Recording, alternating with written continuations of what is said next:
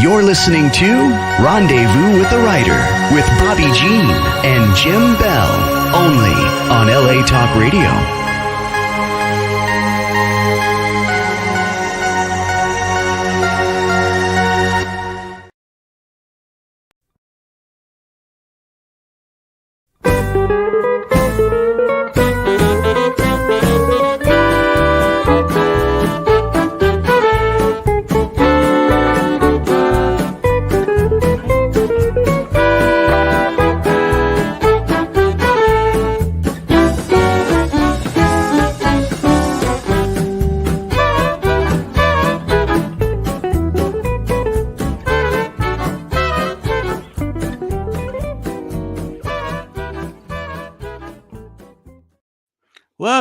Welcome to Rendezvous with the Writer, where readers and writers meet, and story is everything.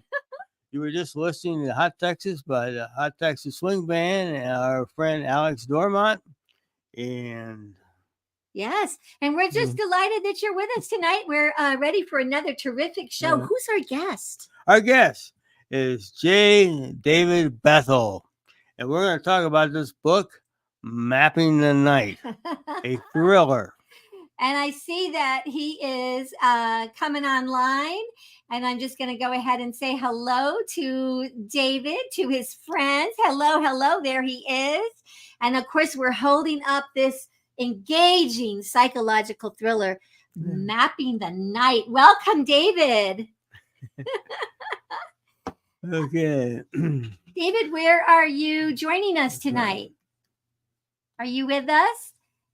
Sometimes this happens to our listening audience. He is joining us from a distance, and we can see him on camera. And I have a sense that he's going to be dialing back in. So what did you like about this book, Jim?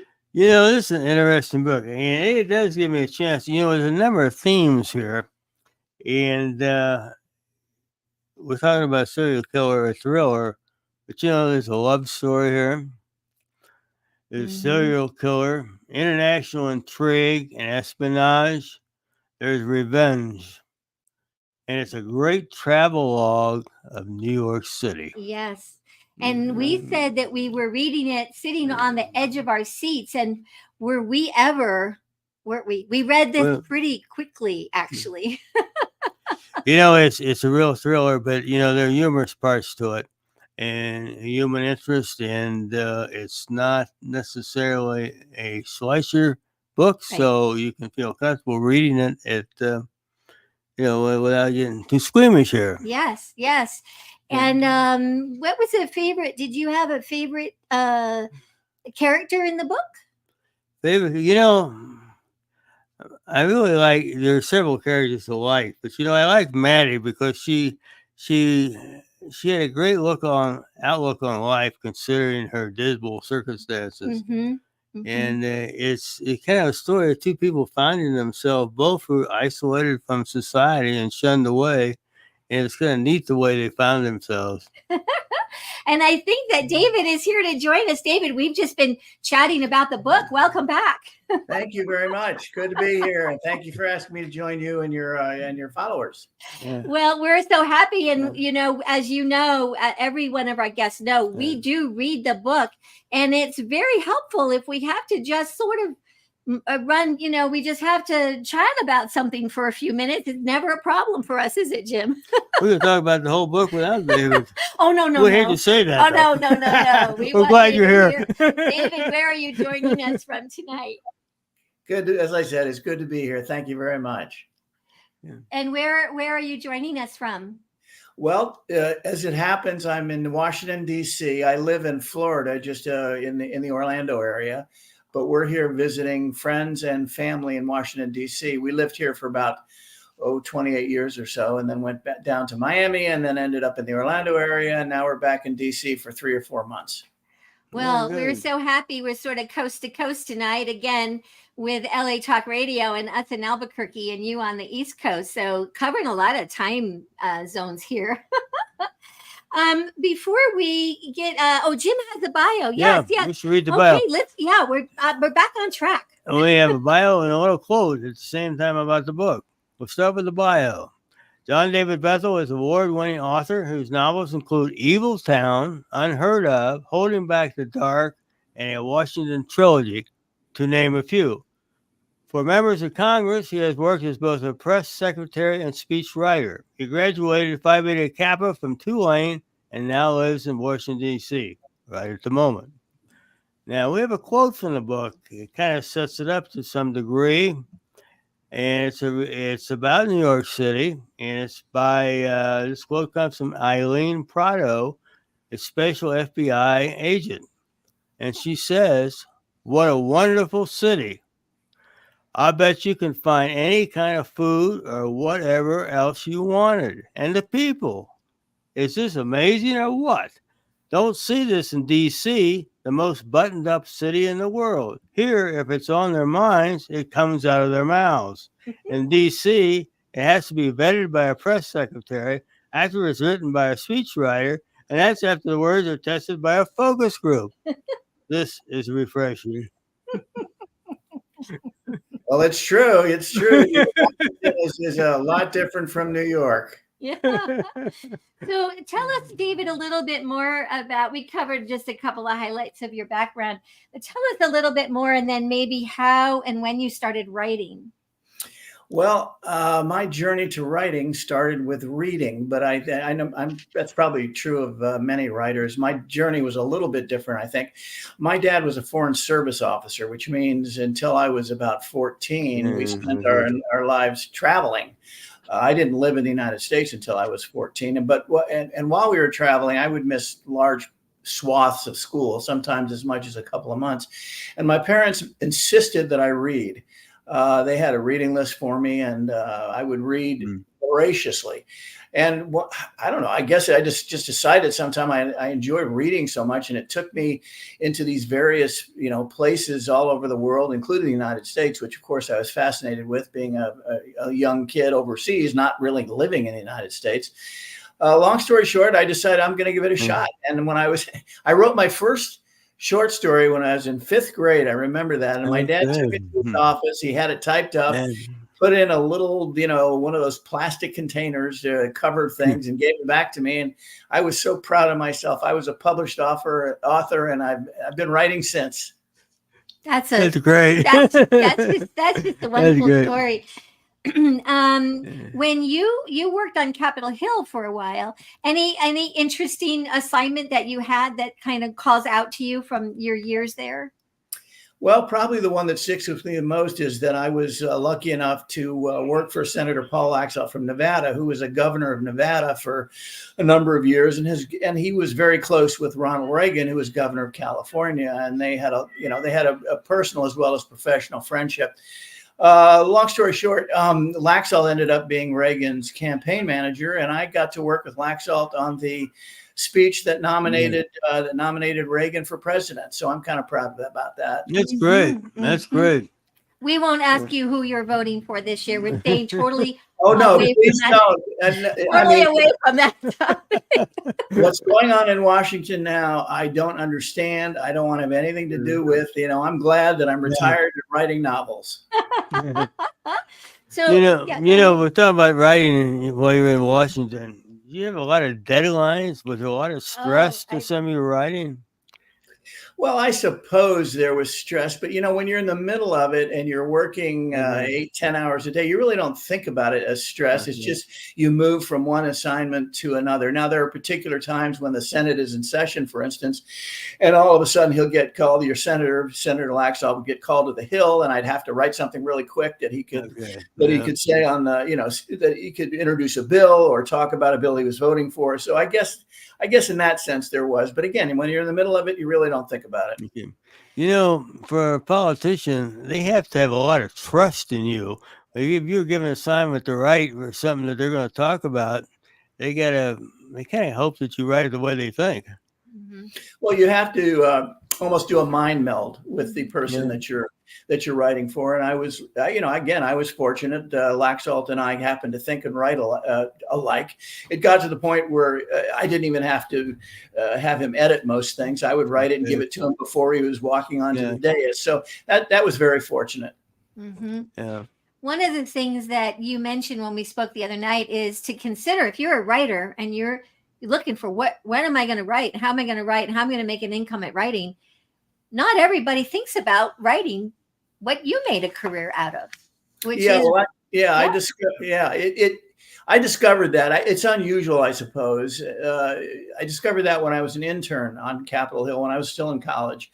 I worked for a senator on Capitol Hill, and after a couple of weeks, they discovered that I could put sentences together. So they had me writing things, and I discovered, I thought to myself, looked around, I thought, well, all these guys, they're giving speeches all the time. They're testimony before committees. They have to, introduce bills and so on and so forth. So I discovered my place on Capitol Hill. I was very fortunate because most people who consider themselves writers or want to be writers never get the opportunities that I had. Mm-hmm. So let's shift gears and get into this book. All right. Mapping the Night. So tell us a little bit about how did this book come about? Okay. Well, like most of my novels, there's a kernel of truth in the novel. And what happened was about a year before I started writing Mapping the Night, I saw a report in the New York Times in their crime, one of their crime sections about a woman who was discovered deceased in her apartment by some policemen. And the long story short, what happened was she and her son were very were very noticeable around the apartment complex all the time. They didn't see her for a couple of days. They asked the cops to do a welfare check. The cops went in. They discovered that she had been killed and she was lying in her bed. And her young son, who was about 5 or 6 years old, they discovered him applying ice to her forehead because he said, well, every time I got sick, this is what she did for me. And I want her to get well. So I was, this is the only thing that I can think of. Of course, that's a very haunting scene. That stuck with me. And then I did a little research on, where it went from there. And it discovered that when they finally found out who had done it, it was discovered that he was a serial offender. He did this to a number of women, single women with young boys. And the other aspect of this that also appears in the novel is that he had his signature, so to speak, of every serial killer has a signature, something he does that's different, that identifies him as the perpetrator. And he would clean houses. He would clean the apartments to just to within an inch of their life. No dust, nothing. The place looked immaculate. And so that stuck out too. So I kind of put everything together, had a recipe, and then went from there. And then you have Mapping the Night. Yeah. So when you were writing this book, who did you think would be your reader? Well, there's a large audience for the genre of psychological thrillers, and all those who enjoy true crime or any kind of crime, not crime fiction, of course. And then there's also the mystery fans. So all of that cohort would be the ones that would be interested in Mapping the Night. Yeah. What's the story with the title, Mapping the Night? Well, it's like most of my titles. I'm just writing away, and then I will write a sentence with the words. I wrote a sentence with the words Mapping the Night in it. And I thought to myself, well, that's kind of interesting. So I just took it as my title. And the same thing with Holding Back the Dark and these other novels. I will be writing away and a sentence will come and the words will come to me and I'll say, well, that'll make a good title. But I never go into a novel with a title in mind. Yeah. Looking at the picture of this lone solitary figure there in the dark, is that kind of special? Did you just come up with that, or did the publisher put that out, or how did that work? No, this kind of interesting. I was looking at various photographs of New York to try and get a flavor for myself, to get me in the mood and all that. And there was a public site where you could get pictures of New York for free. Okay. And I was looking through it, and that one came up to me, and I thought this might make a good cover for the novel. So I sent it to the publisher. I sent a bunch of them to the publisher, and that's the one he selected for the cover. Mm-hmm. No, I think it's a good color picture. What, David, we're going to break away in just a moment for a very short spot. But before we do that, and then we're going to come back and talk more in depth. But what would you say is the difference as a writer between writing a mystery and writing a psychological thriller or a thriller? Is there a Yeah, there's a difference. A thriller does not have to be a mystery, but very often a mystery is a thriller. For instance, in the Mapping the Night, there's no mystery about who did it. The prospect, the unique thing about a thriller is why did this person do it, and how do they discover that it's him? But there's no mystery about who did it. Okay, when we come back, we will be taking an in-depth look at this psychological thriller, Mapping the Night. But here's a word from one of the places that you can find J. David Bethel's book, Mapping the Night, as well as all of the books from our Rendezvous with a Writer featured authors, the Out West Shop affiliate bookshop.org page. And when we come back, I'll be doing a little reading aloud. So stay tuned. Don't go away. Story is everything. Find a great one on Out West Shop's bookshop. Go to outwestshop.com. Find books and CDs on the menu. Choose Shop Out West on bookshop.org. Browse through featured authors on Rendezvous with a Writer. Explore curated book lists and our featured picks. Add in note cards, calendars, and jigsaw puzzles. One-stop shopping for great gifts. Use the search box to find thousands more titles. Make the switch. Your purchase supports us as independent booksellers. That's our story. Welcome back to Rendezvous with a Writer. We're chatting with J. David Bethel. And this book right here, Mapping the Night. You're going to read something, right? I am. David, I hope that that's okay with you. I just felt that this book, your writing is so terrific, especially the scenes, many of the scenes that go on in New York City. And I just found myself having to read aloud to Jim all the time. And I'd say, did you get to this chapter yet? Did you read his description of the palms or whatever it might be? So if you will indulge me, I will read a little bit. And I'd like you to just take a moment to set this up. The scene is with at the moment, nameless character who there's a chapter called Walkabout. And I'm lifting this passage from Walkabout. What would you like to say about this chapter?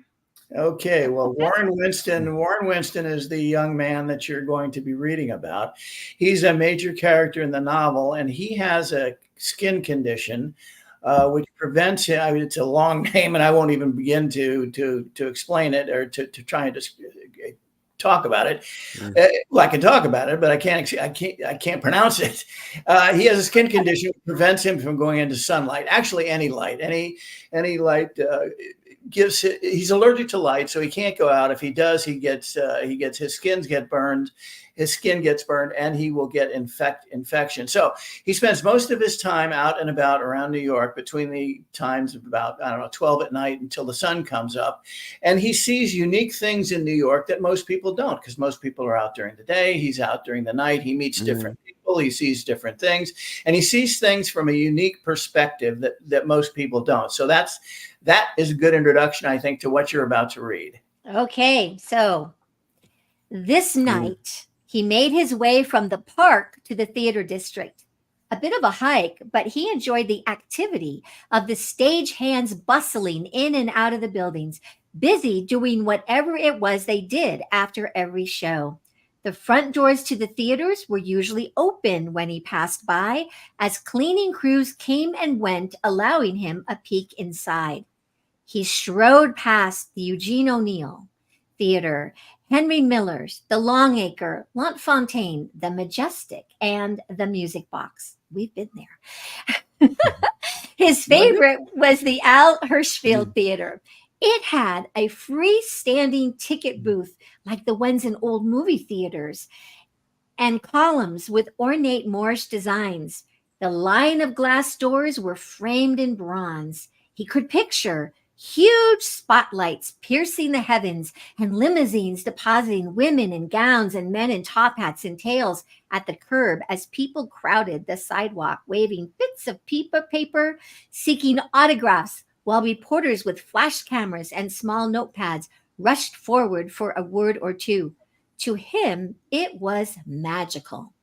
He prized his walkabouts, an opportunity to hike the empty streets, take in the wealth of window dressings behind the glass of closed storefronts, walk through canyons of buildings where the stars were permitted only slivers of the sky. The beeping of his phone alarm, warning him of coming daylight, caught him in the middle of the block across from the Fifth Avenue entrance to the plaza. There, a man stood erect, not moving a muscle, staring up at the building. The figure remained stock still as if cemented to the sidewalk. He remained with his arms pressed to his side for some time before stretching his arms wide and beginning a cross-legged dance down the block, his attention riveted on the building. At the end of the block, the man bowed deeply and walked away. He felt himself smiling. Could be the strange man was paying homage to celebrated piece of the city's history. There were few who truly appreciated the roots of the plaza as part of that history. He did. He had lived in the building all his life. Thank you. Very, very, very good. You know, at this point, I didn't know. As I'm reading this, and I think, which one of these two is the villain? Yeah, it's kind of early in the book. We don't want to. It's not really a spoiler alert, but my first thought was, "Is this a vamp? What's the deal with?" And unnamed, although you of course did share his name. He is one of my favorite characters. I would love to walk New York with Warren Winston. Well, you'd learn very, very different things as you have read. He has a history. He's a real compendium of historical minutia about the city and he can even tell you when the walls were built around Central Park and why they were built at an angle and not straight. It's that kind of thing that I really enjoyed researching for the novel. Mm-hmm. Well, you had found one about, was it St. Patrick's Cathedral? Oh, was the many locations you described? The little facets of information. Like I used to work in the city by a couple days a week. I'm familiar with most of the buildings and the places you talk about, in particular St. Patrick's Cathedral. Yeah. But when you talk about those doors weighing 9,000 pounds each, how did they get How it did up they there? open them? I know it's pretty amazing, isn't it? I mean, this is the kind of research that I enjoy doing. I enjoy research as much as I do writing, I think. And when I came, I knew I wanted to have St. Patrick's Cathedral in there, and I did a little. As you can see, I did a little research. And when I got to that fact about the doors, I was just amazed. Yeah, I guess I don't put a key in and keypad. As we're talking about the walkabout here, Warren's doing, I'm reading and I'm thinking, this guy's in the middle of the night and he's walking through Central Park. Now, when I used to go into New York City, you didn't do that unless you knew exactly what you were doing. Well, which is what made, I think, his walking about in Central Park so interesting, and the characters that he found when he was in Central Park. And I've talked to people now. They say that that's a little overdone. Really, you can walk through Central Park at night as long as you're aware and as long as you're careful. But I wanted to put Warren in situations that maybe he wasn't so careful and he wasn't so aware, and he would meet these strange people. And of course, he became friendly with them. He knew them and they knew him, so they didn't bother him. Yes. Well, he seemed to have a personality that he seemed to be able to handle situations that the rest of us probably wouldn't handle very well. He's likable. And he escaped because he had some bad guys after him and he handled that too. Well, again, you're talking about a man who's basically his whole life is fraught with danger and with everything. So I'm sure he has a different perspective than the most of us do. He handles things differently simply because of the condition that he's living with. Mm-hmm. So obviously you have been on the Upper East Side of Manhattan during Christmas. Oh, yes. I have. Again, when I was a kid and living overseas, the idea of America was so special to me. And my mother lived in Brooklyn, New York, and we would come home on home leave, usually twice a year, sometimes in the summer, and then often at Christmas. Because that's when I had time off from school, myself and my sister, and so they'd bring us to New York, and we would go to Macy's with the huge model train that they had running around the whole Macy's, and I was just magic. I was just magical, and my parents would take us to the Radio City Music Hall, the Rockettes, and then right across the street. I'm so old, I can tell you that I remember the Automat across the street. So I mean, it was just a very special time. Yeah. Now there are 3 victims, and they each happens in a different building. So quickly, we start with the Gramercy, right? Yes. Tell us a little bit about that building, or why did we start there in that building? Any reason? No particular reason, really. I had to start somewhere. So I started there, but I wanted to have buildings. I think another building is the Dakota, and of course we have the Plaza. So I wanted special buildings that meant that people who might not New York would say, "Oh, the Dakota, that's right. That's where John Lennon lived and where he was assassinated." So it's that kind of thing. Of course, the Plaza, everybody knows the Plaza. So I wanted buildings that even if the reader did not know anything about the New York, they would recognize those names. And I think that's very true, even though we have this, kind of a little bit of connection at the same time. If you did not, you will now. You will want to take a trip. Do you want to ask about? We got something here about the FBI and CIA, and So, you seem like you're pretty familiar with those folks. Yeah, generally, as I said, I worked on the Hill. So in kind of macro terms, big picture terms, I knew people who worked for the FBI. We have reasons every once in a while to deal with them and to deal with people with the CIA. The senator, if I recall, Senator Laxalt, had a seat on the Foreign Relations Committee. So the CIA would often people from the CIA would often come and testify.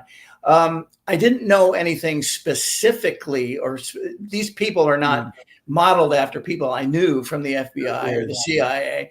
But I did enough research to understand how things are done when they're looking for a serial offender, what they look for and how they go about identifying them. And in the CIA part of it, how they deal with what they're dealing with in the novel, with the gun running down in South America. So it took a little research. And again, I love to research. I love learning. So it was fun for me. I think bringing in, because we have some detectives that are pretty sharp. We have NYPD that's pretty sharp. We have the commander, who's sharp. But obviously, the FBI and the CIA do get involved. And I think as a reader, David, that brought a whole nother texture into the story.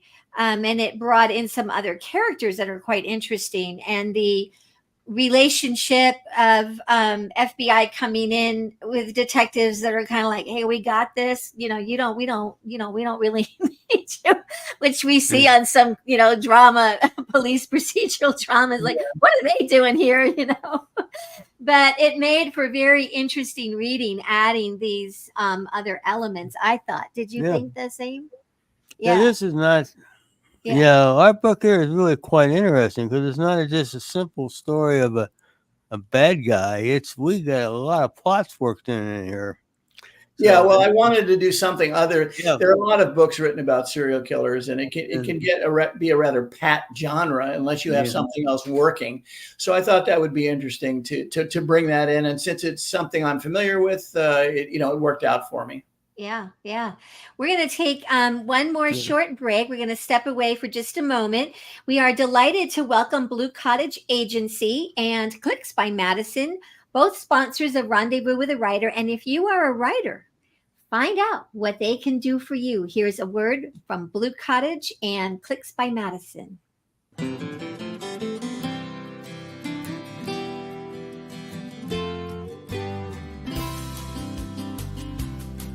Rendezvous with a Writer is sponsored by Blue Cottage Agency and Clicks by Madison, your author publicity and book marketing team. Experienced, trusted, effective. Contact them today at bluecottageagency.com. Welcome back to Rendezvous with the Writer. We're talking about Mapping the Night with David Vessel. And we're looking at that book right now. You know, there's a lot of interesting characters in the book. Did you want to bring one up? Well, first, David, thank you so much for providing for the reader. In the beginning, we do have a table of contents, and that can be very helpful if you're trying to go back and find something. You also gave us a glossary of major characters and recurring characters, and I found that was very helpful. And then acronyms, which, you know, is all those things with initials that it's like, you know, the people in the story, they know what it means, but the reader, you know, that's very helpful. So thank you so much for you're welcome. including those elements. So we thought it might be fun. There are, just as Jim just said, such a wealth of interesting characters. So what we're going to do is kind of call out a name and then tell us a little something about that person. Is that good? Are you a go for that, David? Sure. Okay. Do you want to start with the first names here? Well, we can, yeah. Or did you have a couple of detectives here? We got Jim Broaden and Jane Levitt, known as the Ball and Crow. Oh yeah. Tell us a little. Yeah. They're connected. Well, again, when I'm writing, I'm not really thinking necessarily of developing certain characters. They just kind of develop on their own as I'm writing. But those two are favorite, and I want them to play off against each other. And I think they do fairly well. I mean, they've been partners for years. They can finish each other's sentences. They have a sense of humor. One of them is a little more cynical than the other, and the other is more serious. So it brings in both, all kinds of aspects of police work. Between the two of them, you have two different approaches to how they go about their business. Mm-hmm. And their commanding officer, Nadine Robinson, I really liked her. And boy, she plays a kind of major role as we begin to sort of wrap up the story, which we won't go into, except she's a really cool lady. I liked Nadine a lot. She's a strong character. Yeah. Well, thank you.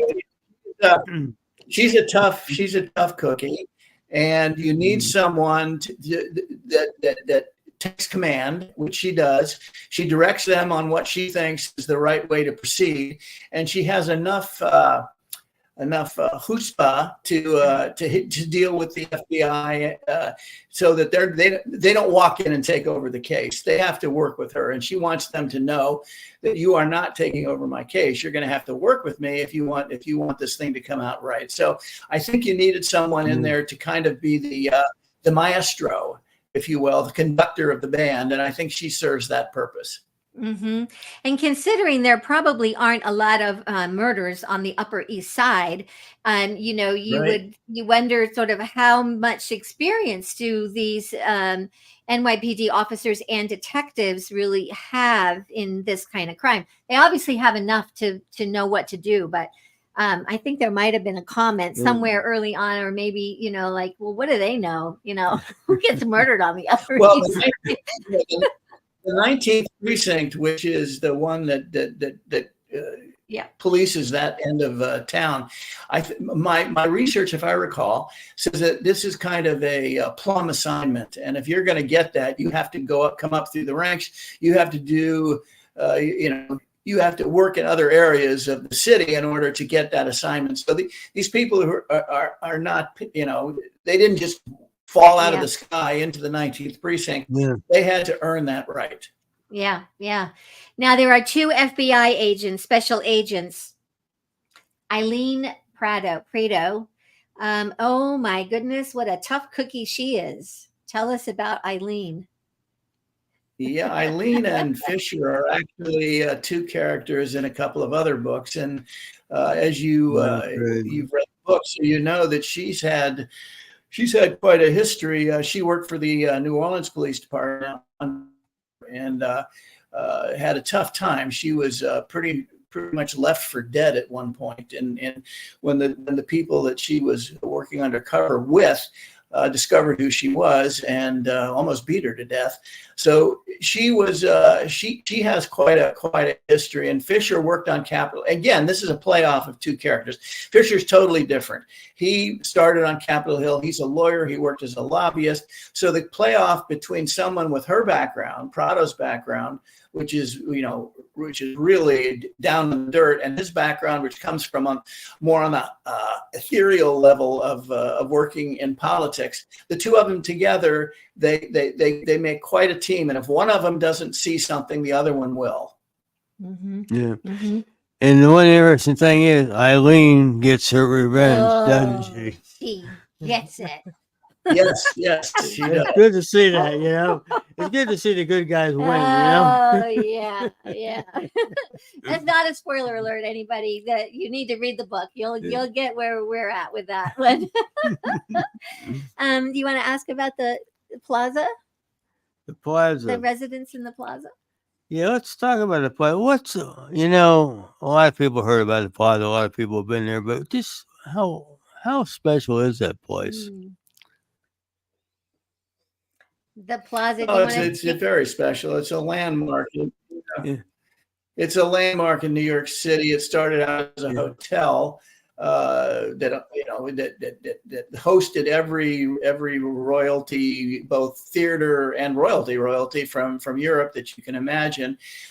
They had the Oak Room and they had the Oak Bar, which were very special. Every entertainer who was anybody in New York entertained people at the Oak Room and the Oak Bar. I remember I went there when I was a kid, and that long wood polished wood bar was so special, and the oysters that everybody ate when they went there. I mean, there are just so many things about the Plaza Hotel, and of course now it's I think from floor 11 to 21 is now a condominium, and that's where Warren Winston lives. Go ahead. Warren Winston. Yeah, we talked about him a little bit. What's about this guy? What's he like? What's his story? Well, as I said, because of the condition he suffers, he has a very unique outlook on life. And what I did, you'll know, of course, that he's teamed up with a Maddie, who is a young lady who lives in the plaza. Also, she lives under different circumstances than he does. She lives in an apartment that's supplied to her by a benefactor. She's 14, and she's actually the daughter of Brodin, the detective. I mean, it happenstance.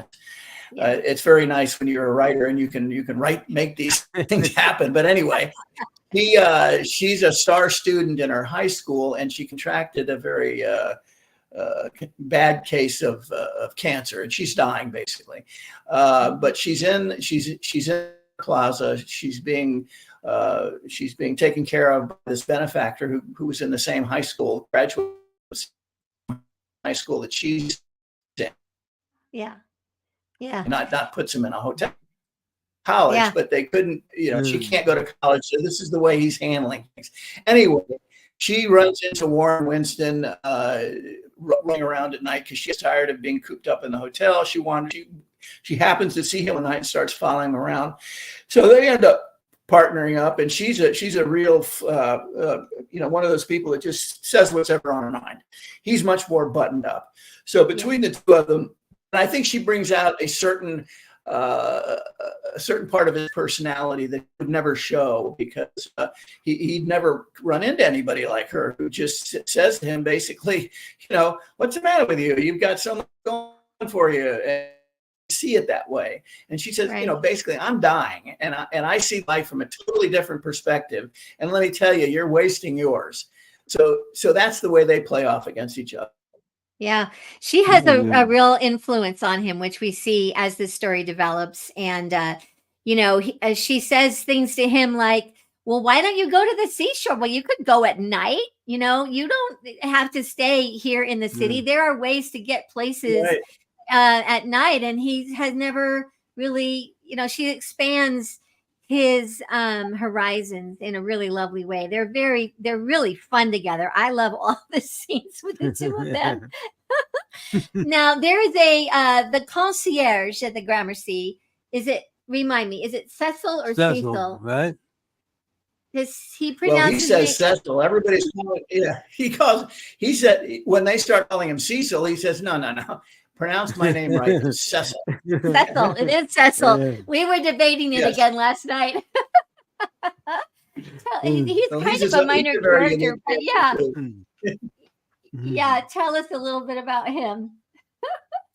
Well, he's a minor character, but he's one of those minor characters that seems to be bigger than is allowed by his presence in the novel. But he also has his presence. The way he conducts himself is perfect to be a concierge in the hotel, because he represents what the hotel is all about. That is being an English gentleman, so to speak. This is what I expect from this hotel. This is the way I conduct myself. And this is the way I expect you to conduct yourself when you're talking to me and when you're in this hotel. You know, you spend enough time in hotels, like, which I did, because I sold products to hotels in days going by, and you would see fellas just like him. You know, I you know. knew that they've been there for 50 years. They know everything. Yeah. They're like archivists, right? Yeah, they're very proud of their job, and exactly. they're proud of where they work, and they want you to know it. Yeah. Okay, so we just took a little in-depth look at characters. Now, David, we'd like to talk to you a little bit more about an in-depth look at David's writing process. Okay. And you shared a little bit already. You said you come up with a kernel, and that's kind of how you get started. Right. You shared with us the other night an interesting similarity to another well-known writer. Who was that? More songwriter. It's Keith Richards from the Rolling Stones. I once read an article where he was describing his composing style, his writing style. And he says, basically, I start with a riff. If you think of, I Can't Get No Satisfaction, that iconic riff at the beginning. He said, I woke up in the middle of the night and this was in my head. So I just went from there. I used that and I wrote the rest of the song. He says, I do that for all my songs. I have a basic thing, a repetitive riff, and then I build on that. And that's the way I write. I have a riff, the riff of the guy, with going in and attacking these poor women. And I just built on that. I just start writing. I don't have an outline. I don't have character studies. Sometimes I don't know what's going to happen on the next page and the next paragraph. I just keep going, and I start, and when I'm done, I'm done. He doesn't use an outline. No backstories on the characters. Yeah. No. So I wonder how he'd answer your question. Oh yeah, well, we skip by the the characters, but we'll go back. Just one question: do those folks ever surprise you? When you're writing a character, does the character the people that I come up with in my novel? Yeah. No, they don't really surprise me. I mean, they're just kind of they fit with what I'm writing.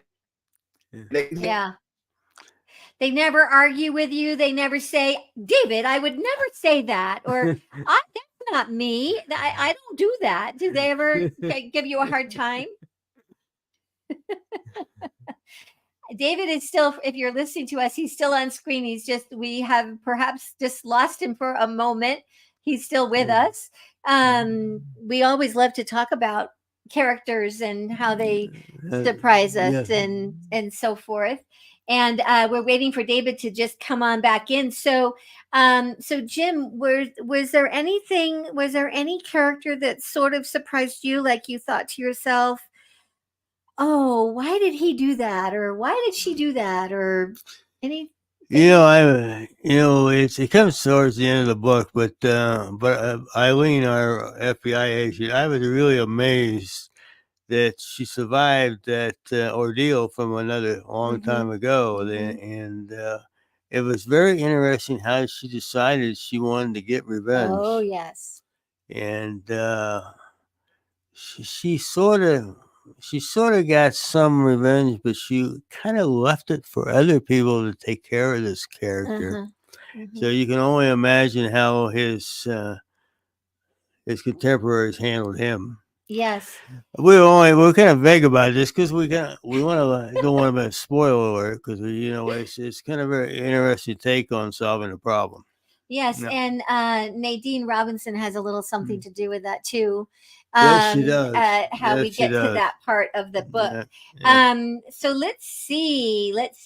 Well, we are waiting for David to join us again. In the meantime, we might as well tell you a little bit about what's coming up. This month of September, we have had Mayhem, Memoir.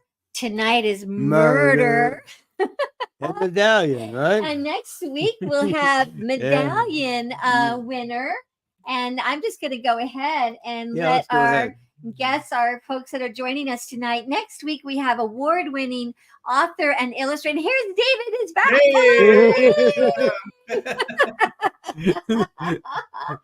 Oh, thank you for joining us back again, David. Thank you for having me. Let's see. Here's a question for you. Do you get writer's block? And if you do, what do you do, or do you not believe in it? Oh, I believe it. I mean, I believe it happens. It's never happened to me. I've been very fortunate. There are times when I'll be writing along, and I'll think to my team, I'm writing myself down a rabbit hole here.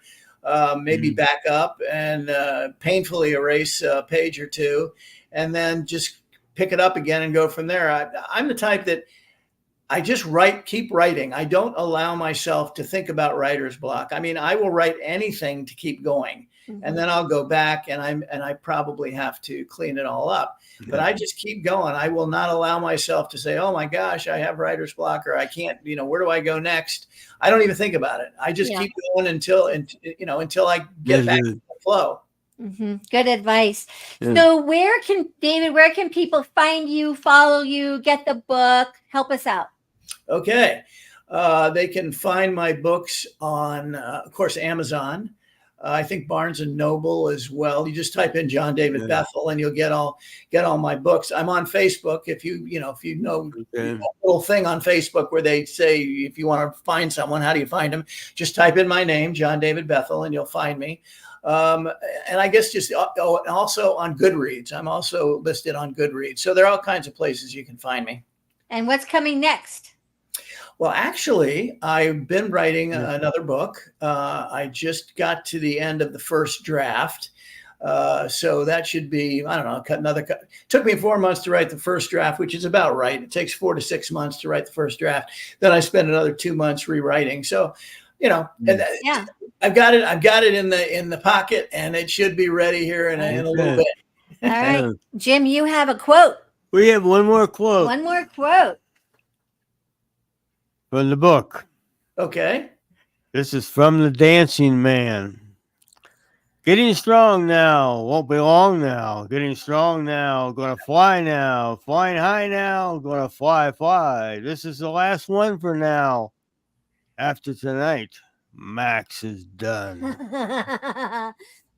We've been talking to author David Bethel, and it's been so much fun. And the fun will continue next week. Don't go away, David. Next week, we will be joined by Medallion winner, and that will wrap the month of September. Joni Franks is with us. She is an award-winning children's author and illustrator, and we have 3 fairly new books. One has just been released that we'll be talking about. She's our featured guest. But also next week, we will roll out the first of a new segment that we're adding, and it will happen at the very top of the hour.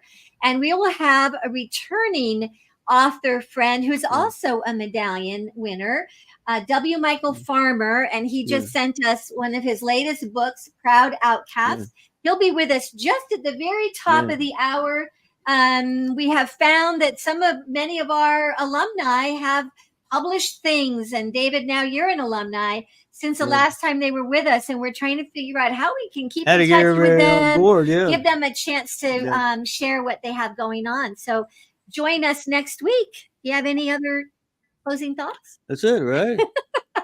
It's always a great day out west. Keep writing, and we'll Thank keep, you. Thank you for being with us. See Thanks, you next David. week. My pleasure. My pleasure.